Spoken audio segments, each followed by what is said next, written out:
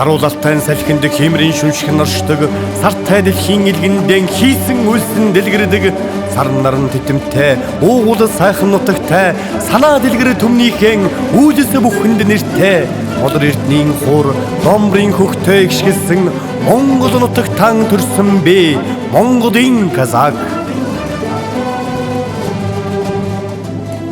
Улсаа гэсэн сэтгэл нь ундарч буцлах казакууд, уулаас ихтэй ухаанд нь хорвоо бахтах казакууд, төрөөн дээдлэх ёсонд төвшин оршихын жудагтай, түмнэн дээдлэх сэтгэл төрөл нэгэн хутагтай, айлчин гичнээ хүндэтгэх айс нэгэн заншилтай, адуут малчдын удам би Монголын казак.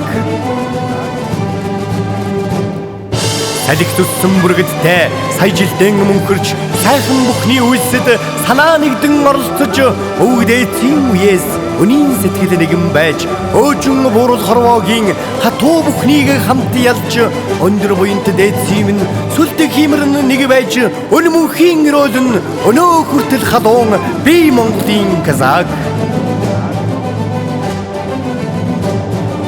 Тэргүүн буурал сардаг шиг тэнүүн сэтгэлд түмэн тэнгэр газрын үйлсэд тэнхээ нэмсэн казакууд.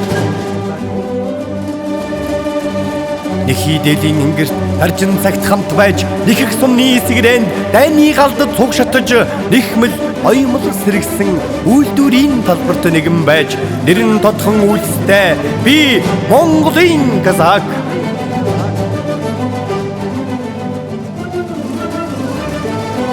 Домбрын цагаан аялгаунд домог түүхийг хадгалсан 700-ны тэртээс хамаг Монгол дом багтсан газрын хүндэгэд алцах уурхаачны дуулга өмсөж гар сэтгэлэн дагсан ажлын хүндийг үрж гавьяа шагналын шийдвэр дээр нэрн хүртэл Монгол гайхамшигт түүхийн эзэн бид Монголын казакууд.